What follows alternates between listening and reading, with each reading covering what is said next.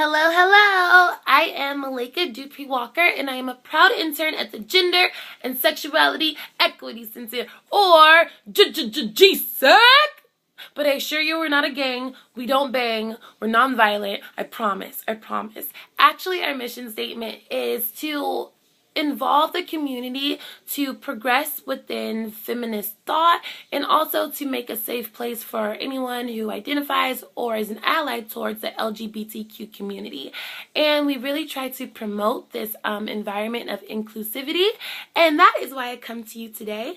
I also am an intern within the LGBTQ portion or program of the GSEC, and we've decided to do PSAs or a public service announcement, kind of an expose on a specific culture that reflects the LGBTQ community. So I already knew there was only one place for me to go.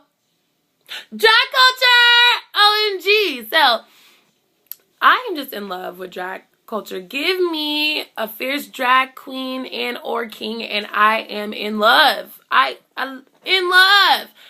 I will say that I originally got, I guess, my feet wet with drag culture by watching and tuning in just ever so diligently to RuPaul's Drag Race on Logo, which is an LGBTQ television network. If you don't know it, you may want to. But at the same time, I can agree that this is a very mainstream personification of drag, and they have to do a little bit in the sense just to make sure that, you know, it's still marketable to the consumer, so you don't get the nitty-gritty of drag that is actually where it came from. It still has a lot of underground roots, and I definitely want to respect it in that sense of integrity. But I will just let you know that I gained a lot of my personal knowledge about drag culture from the show first, and then was able to go further and educate myself to connect those missing pieces so that I could get a full circle of really what this culture is. And of course, I still don't know the ins and all the outs, but at the same time, I'm very happy to be a strong ally and supporter of this just amazingly creative and expressive community that lets people really show up for who they are every single day. And I'm showing up today as who I am just by having my natural hair out and not giving a heck about the flat iron and all that stuff, and just simple stuff, just realizing what that really does for the human psyche and for the soul, I know is amazing, and is why I'm such just a big cheerleader and fan for drag culture, honestly. I love it. I love it. So, I guess I should start off with a loose definition of drag. And drag refers to dressing in the clothing or adopting the persona of a person of the opposite gender. People usually dress in drag when they are performing or entertaining. It is common to use a stage name or impersonate celebrities. Drag is different than cross-dressing, however, or living as a transvestite, which is usually more closely related to someone's core gender identity. So I thought I really like that last part of it, because I feel like there's a certain reference with drag that you have to be a part of the LGBTQ community, or it necessarily says something about your sexual orientation, and maybe that might lean towards queer or something of that matter, but that's not true at all. There is a lot of straight LGBTQ, there are a lot of heterosexual drag king and queens. There are, of course, people that identify as queer, but there's older, there's younger, there's big, there's small, and I just want people to understand that the representation of drag can come in all different forms and shapes, and it doesn't necessarily have to mean anything about your sexual orientation, as I've tried to repeat before, but it's really just a great way of expression. And I know a lot of people that don't consider themselves to be drag performers that still like to, you know, kind of switch up how they present themselves and perform gender on an everyday basis. So that's something that you definitely don't have to be a part of the community, the LGBTQ community, to do, but I feel like is basically inherent in everyone. Like, we try to conform to these boxes, but I feel like the moment that you don't, and you take pride in the freedom within yourself to go above and beyond what is normal or what is the standard or what is pretty or what is acceptable, is when you really get in touch with your star player. And that is what life is about. And if you can't be in touch with that unique, beautiful person inside, you will ruin your delicate, gentle, unique design, and that is never, never, ever, ever what I feel like life wants to do for us. You're supposed to be here, the beautiful snowflake, the individual leaf that you are, and that's exactly what I love about drag culture. So also, I think possibly I should touch on how drag kings and queens had a very pivotal point within the gay rights movement that was literally our most linked with the Stonewall riots in 1969. And drag culture played such a prominent role in this because they were fearless enough to present themselves in exactly the way that they wanted to. And we say all the time at the GSEC that we stand on the shoulders or the giants of those that were fearless before us. And there would be no way that people could feel as comfortable as they do now, could have the same liberties that they do now, could marry in a lot of states. Let's go, California! Yeah, I'm about that. Equal. Ooh, look, I have something for you.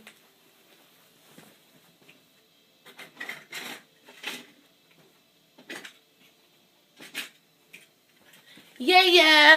I decided that if I was going to be on this kick and I was going to digress, like, quickly, I should show you my equality sticker. Because I do believe in same-sex. I believe same-sex marriage for everyone, and I believe in love first. It's as simple as that. And nobody has the right to tell anybody who they should love. I also have my trans button. There's also a lot of transgender people that are within that perform drag and do a amazing, awesome job of it. So I appreciate that. And then also this is a button that you maybe can't see too well, but it says Mr. and Mr. at the bottom, and I made it because I believe in love for all. I wanted to show you my tokens because I'm very proud of them. Moving on though, I'm going to get into the etymology of drag king and queens, and more specifically kind of narrow down drag queen and where that comes from, but then how it references and has reference to drag kings. So the word drag queen was first recorded to use and refer to an effeminate man or homosexual, and this form was as early as 1935 in Australia. That's taking it back, right? All right. The two terms together, drag queen, is first recorded in 1941. The combination of these words ensures a connotation of homosexuality and effeminacy. So, effeminacy is the act of being effeminate, which is partaking or kind of adopting or displaying feminine characteristics. Just to give a little clarification. Also, with what we might most recognize as the significant part is being dressed in costume as the opposite sex. It says in folkloric etymology in the late 20th century, it suggests that the word drag is an acronym for dressed as a girl. Hence the DR for in the beginning of dress, then as a, and then G for girl. So that's how they kind of got that together, and I didn't learn that until my research for this PSA, and I thought that was highly informative. And then on the alternative, if we might be referring to drag kings, would be drab. So, and this referred to a woman dressed in male clothing. So it's always important to understand, I feel like, etymology and where the root of words is, so that you're not enforcing something that you don't believe in, because there's a lot of phrases that we use today that are actually quite sexist that we don't notice until we look at their history and where they actually came from. So that's very important for me as well. And if we're going to be talking about vocabulary, if I can say the word, and terminology and language and all of that sort of stuff, I thought it would be fun to have a section dedicated just to drag culture vocabulary. And you're thinking, oh, how much can there be? Believe me, there is a lot. So when I first started watching RuPaul's Drag Race, as I have told you before, there was a lot of phrases that I loved, and they sound so cheeky and cute, but I didn't exactly know what they meant. So now RuPaul has made like a very condensed version of all of the like drag vocabulary that gets thrown around on the show, and it's just really fun to like try to educate yourself and then incorporate them into your everyday life. And then I'm also going to give a few examples of how I've swapped out certain violent language with drag language, which makes me feel a lot more empowered, and I just like the way it rings a lot better as well. So the first one, number 1, and believe this is from, again, the RuPaul Drag Culture Dictionary. So the first one is BGB, or Bye Girl Bye. So this is basically if somebody comes at you, you don't like the energy that they're putting out, you don't like the nonsense that they're talking, but you want to nip it in the bud, and you don't want to have to argue with something, but you do want them to get you are not here for that. BGB, flip your hair, walk away. It's never been that serious. You don't need to let somebody get that big of a rise out of you, but you can definitely hit them with a BGB, and especially if they have any kind of sense of the drag culture, they'll know exactly what you're talking about. And if they don't, you can break it down and say, bye, girl, bye. I am done with that. Good day, ma'am. Now, I also know that there are people within the feminist movement or not within the feminist movement who don't agree with us using the word, not us, but people using the word girl so loosely, because they argue that anybody that is past puberty is then, referred to as a woman or should be referred to as a woman. But I feel like in drag culture, there's a slight difference because there is a certain amount of playfulness and a certain amount of comedy and like the roasting that goes on, which is very integral to drag culture, because it's not always about just the actual gender performance and transitioning. It's also a multiple layered. So there's lip syncing, there is the dressing up portion of it, which I just talked about. There could be choreographed dance, even the act of doing a complete wardrobe transition, like while on stage, is another aspect of drag. So the roasting and the comedic aspect to it is also there, and I feel like because there's a certain amount of trust, there's a certain amount of playfulness. So a lot of people that do involve themselves in this community, I definitely don't think they're being offended by people calling them girl, and it's really just a more so of a silly thing, like girl boo, boy boo, child stop, So that's where I get it from. I am sassy, so these words definitely appeal to me as well. But if you're not, you can so choose the ones that you like and that work for you. And if they don't work for you for a certain reason, that is fine, because that is all about why we're here, is doing what works for you, makes you feel free, makes you feel happy, what makes you feel good within your skin. All right. So the next is chicken cutlets. You're thinking, is she about to marinate something down, put in the oven? No. This more so relates back to this whole transformation that I'm talking about. And if you don't know, there's all types of ways in which men who are in pursuit of becoming drag queens get that feminine body appearance. So chicken cutlets are just those gel breast cutlets that, even people that don't identify within the community still use. I've never used one, but there's times I've thought about it, and I said I need to pick me up some chicken cutlets to fill out this halter.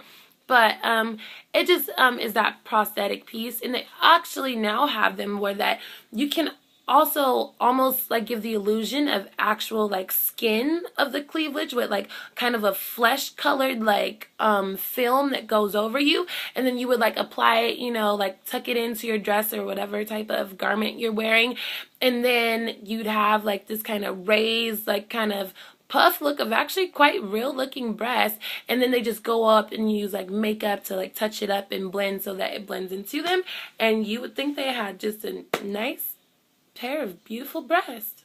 So that is a chicken cutlet. Also, there is Fierce. Now, Fierce is mainstream. You probably hear this all around, but you maybe didn't know that it was originally developed within drag culture.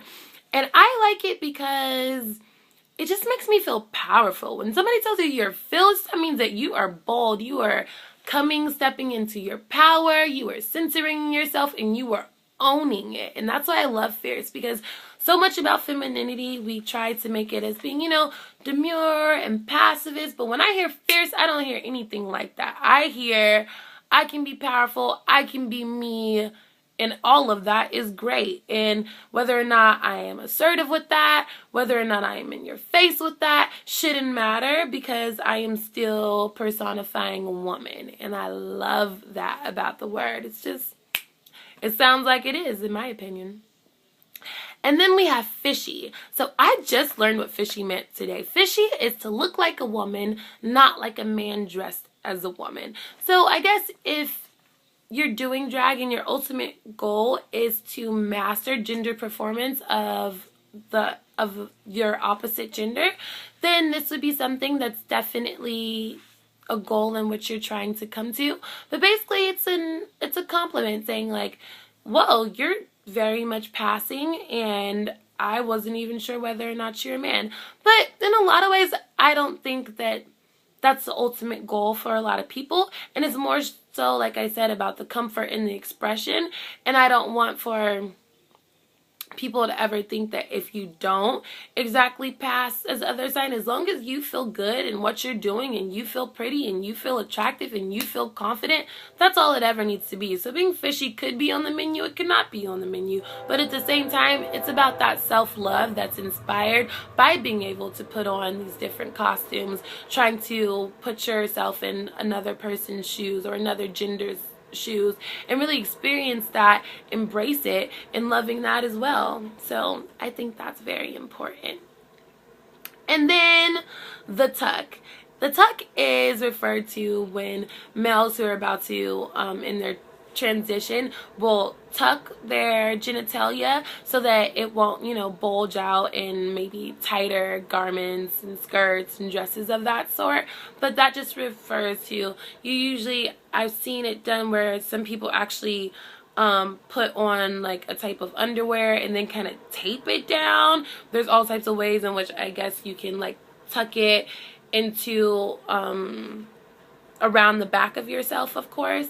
But when you hear tuck, it's just about men trying to not show the bulge, which would definitely give away a certain part of your femininity, I guess, to a degree. But then there's also a camp of men who don't tuck and don't feel the need to tuck. And like I said, whichever works for you is best if you feel great about that decision. And I want to make that very important. So, like being fishy, you don't have to be fishy if you don't want to. You don't have to tuck if you don't want to. You make your drag you. And that's the most important part.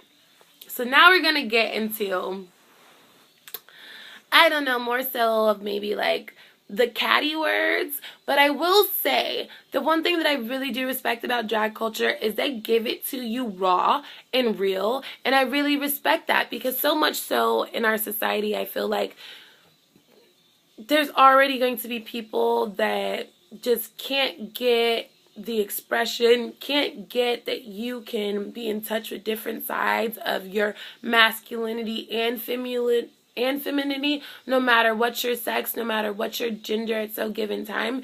And people that are more fluid in tapping into that, honestly, they get a lot more opposition from the outside, and it's not okay. But at the same time, I feel like within the drag culture, this comedic art form, which has also grown and is very integral to drag culture, it kind of lets you develop like a tough skin, so you will be able to laugh at yourself, so that you will not take arbitrary jokes or put downs to heart, and so that you can ultimately learn how to respect yourself no matter what. So there's certain words that have these connotations. So one is read. And to read someone, you might hear like, oh, I just read him up and down. He had no business talking to me like that. And I'll let him know about himself. A read is the art of insulting. And it was popularized in the 1990 movie Paris is Burning. And this was also a documentary just about drag culture in New York in the late 1980s at the time. And that's where the read formally got popularized, and when people started putting it in their everyday vocabulary. And it really just means like a brash insult, but sometimes it may be necessary, especially for somebody who is not treating you with the respect you deserve. So I'm not opposed to a read of people when it so be appropriate. Also, we have the word shade. So shade doesn't necessarily have to be bad. It can be, a form of casual disrespect, for sure, for sure. But it also can just be you dismissing a certain degree of something that you don't like and just telling it real. So one example could just be, she did not hold the door open for me. Shade. Like, it could almost be used as being synonymous with rude, but just, I didn't like that. You can use it, or you can say throwing shade, which now kind of makes it a verb, and you say, oh, he was throwing all types of shade at me last night for not making it to his party, but I don't feel like I deserve it because I'm there every day of the week. I like to snap. That's not a part of drag culture. It just makes me feel more fierce in practice of our vocab. And then also we have the word tea, which is used primarily within the homosexual community as a way of a casual greeting. So, or it can also be the term with an abbreviated for the truth, the latest gossip, or like the newest scoop. So sometimes people say like spilling the beans. You could be like, spill the tea, what has just gone down. So I really like that word too. And when put together, they make another meaning. So if you say no tea, no shade, that definitely means like no offense, no disrespect, but I'm about to tell you the real. So here's a really good example of that. No tea, no shade, Miss Lady, but I can see your cha-cha in that dress. So it doesn't mean that I'm exactly trying to be rude. I'm not exactly trying to be disrespectful. Do you see what I'm saying? But I am going to have to tell you that I can see your panty line and all that. And I don't know if that's what you were going for, but that's what has been achieved. So I thought I'd let you know. So that's just an example of some drag words that I particularly like. I use them in my everyday language. And oh, the last one is work. I told you that I would give you some replacement words on how you could like replace aggressive or violent language within your vocabulary. So really popular within Chico State is, oh, I raped that test, or I just scraped that exam, or something of that connotation. And rape, I don't feel like I have to get too much into. Whenever you use rape as a form of success for something that has been so painful and took away power for somebody, and it is definitely, most definitely traumatic in somebody's life, and you supplant that as a term meaning being successful at something, we have a problem, most definitely. And where I come from, scrape means to jump somebody. And I've never been the type to use rape and throw that around loosely. But at the same time, I said scrape for a really long time. And I didn't see how there was anything wrong with that. There's definitely something wrong with that. That's violent language. And for some people, that can arouse certain stuff. And it's just not something and a type of energy that you want to be putting out into the universe. That is how I feel personally. But at the same time, you can replace that with work. Work is usually spelled with an E, not an R. But it basically just means block out everything, forget about the haters, forget about the disrespect, forget about your environment, and harness yourself, your strength in this moment, and do the best that you can. Work, okay?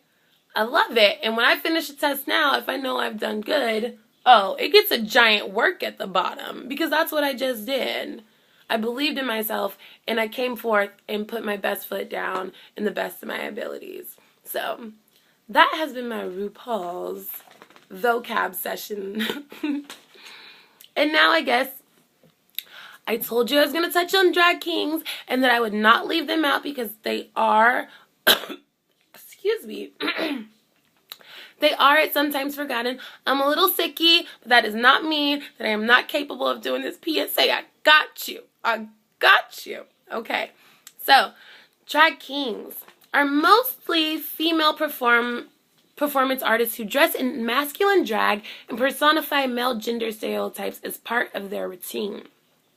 Do you hear this? A typical show may incorporate dancing and singing, sometimes live or lip syncing, pre-recorded tracks, and so on. Drag kings often perform as exaggerated macho male characters and they portray marginalized masculinities such as construction workers, rappers, or even fag drag. So you may be saying, did she really just say fag drag?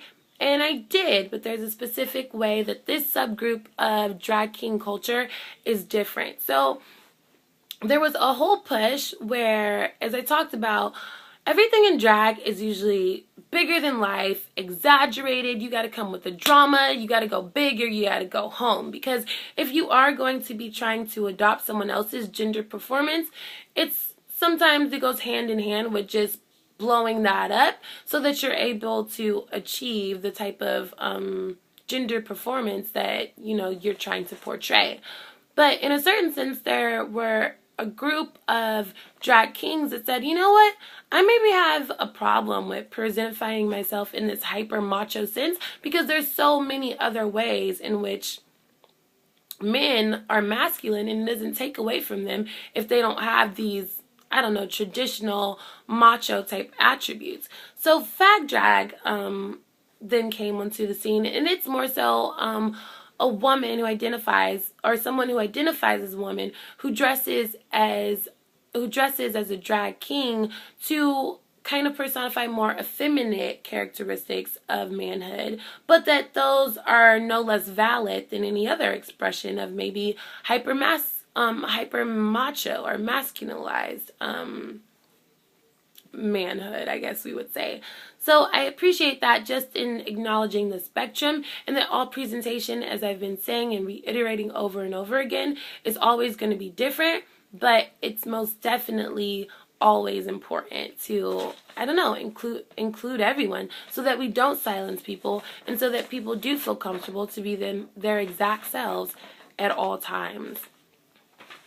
So now I'm going to also touch on one of the art forms that came out of drag, and I remember voguing from the Vogue Zone, or Madonna's pop hit, dance hit that came out in 1990. It's like, come on, Vogue, let your body move. Okay, I'm not a good singer, and with this raspy voice right now, probably shouldn't be trying. But at the same time, voguing came out at around that time, and it was really big within the LGBTQ community, especially among drag queens. And I think a lot of this is because it's a very sensual, sultry dance. It kind of looks like it incorporates a lot of contemporary type modern dances, but a lot of it is really just being comfortable within your own skin. They incorporate a lot of poses and flexibility, and one of my absolute favorites is Benny Ninja.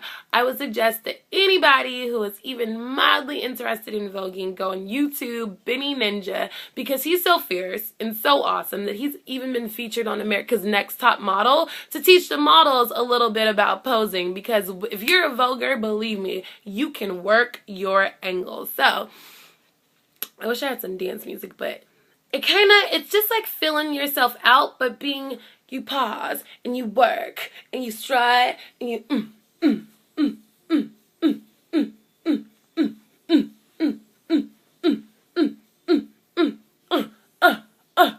that can be as simple as voguing right there. That was it. And then at the end you can like whip your hair back and like give them a little face. You know what I'm saying? Yeah, we like that. We like that around here.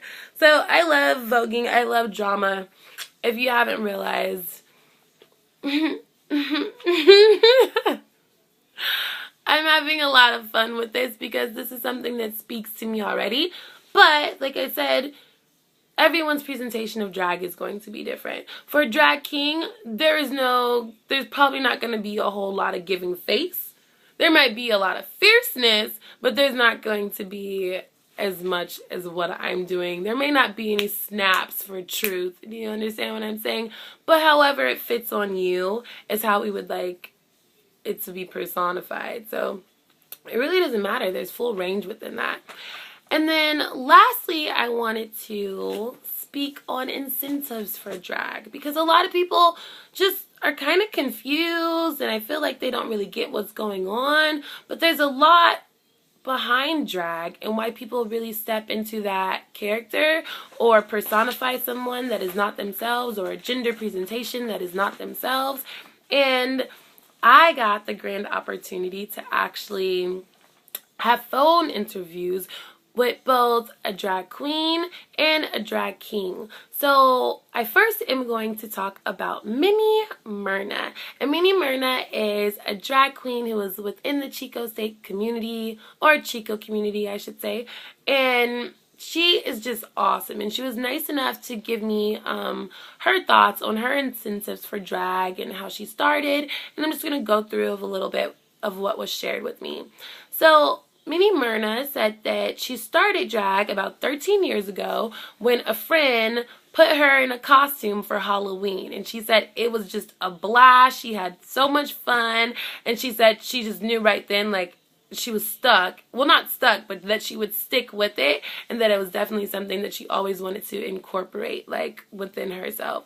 And then she even went on to say, I do admit I've taken it a little overboard, but I just mean that to mean that you've become ultrally fabulous, because fierce, again, work, again, sickening, but in the best way possible. I love her. So that was how she got started in drag. And then when I actually was talking not to Minnie Myrna in character, so when I refer to him as him, know that I am referring to Minnie Myrna, but that those are two separate people, of course. But for his own personal incentive for drag, he says it was just an amazing way to put himself in someone else's shoes for the evening, and that even in the transition, I always thought, I'm going to tell you honestly, the drag queens take great joy in transitioning, but just like myself as a woman, Minnie Myrna said, dressing in drag is awful. This is a quote. From designer clothes to starting new trends, I try my best to keep up with the fashion. As for the transformation, from me going into drag, I freaking hate it. Most likely, I'll have a few glasses of champagne before doing hair and makeup. It helps the pain of what women really go through. I have a lot of respect for women, and I can somewhat understand what they go through daily. It's quite an amazing social experiment. And I never thought about it that way, because though this is something that he gets to opt to do and is very much a passion for him, even he can identify that the work that women go through to look a certain way for society, to feel like they fit in, to keep up with the fashions, as he was talking about, with the doing hair and makeup, like, he personally needs a glass of wine or champagne to get through all of this, and it really is a lot.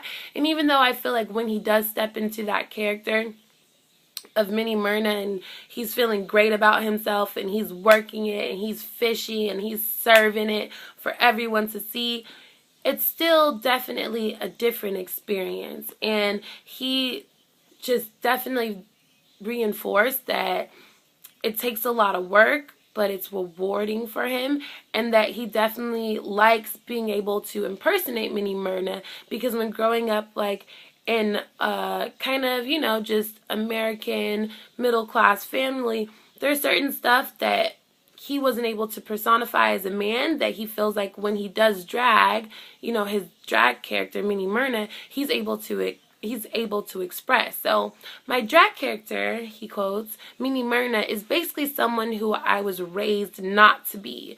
Loud, ostentatious, gaudy, wild, and out there. And it's funny because from a woman's perspective, I always felt like a man might be more comfortable, you know, going against the raid and holding his own and, like, being louder and being assertive.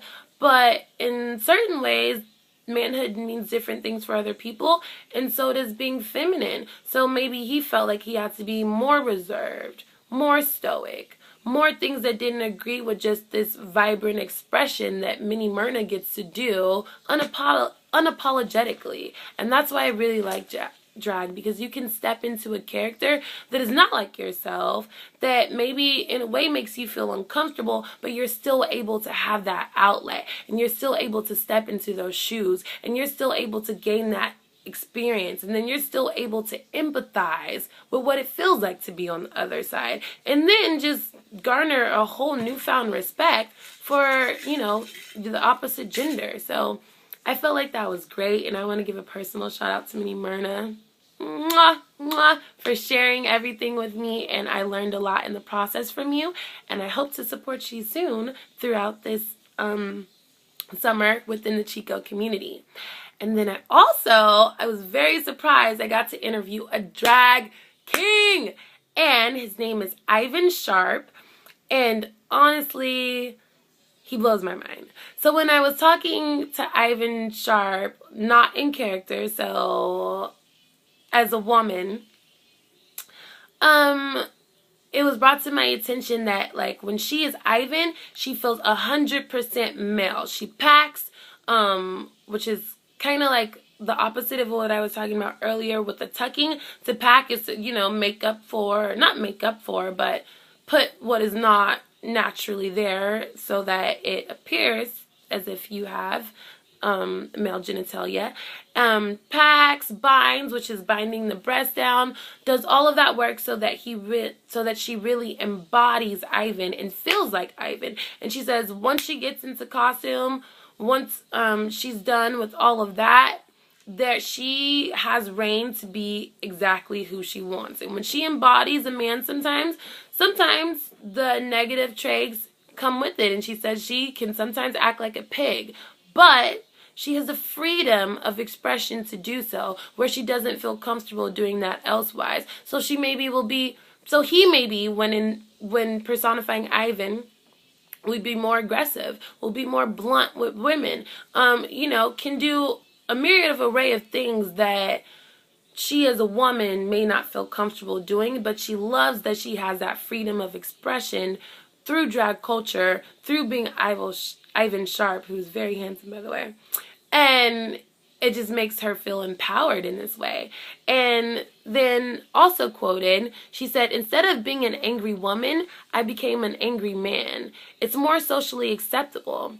And I never thought about it that way. But of course, we never, chastise men for their aggression or being assertive or all these things that I've talked about before. But as a woman, it's always attached to some type of negative connotation. And I really respect Ivan for being bold enough to say, I can adopt these traits, and whether or not it be in my everyday life, when it comes down to it, I do have this realm of expression open towards me, and I'm going to use it, and I am going to act the way that I want to act, again, unapologetically. And I love that in both cases, that you can be exactly who you want to be in drag and not necessarily have to make excuses for it.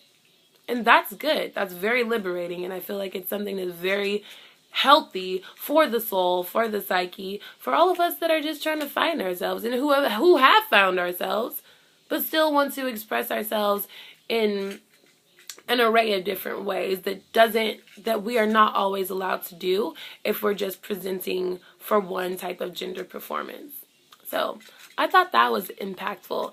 And then also there's this whole notion that masculinity is something that is, put up on a pedestal and can't really be achieved by women. But, drag kings are proving people wrong every day. I don't know what the opposite word for fishy was, but definitely like personifying men so much so that people don't even know that they actually are performing drag in those moments.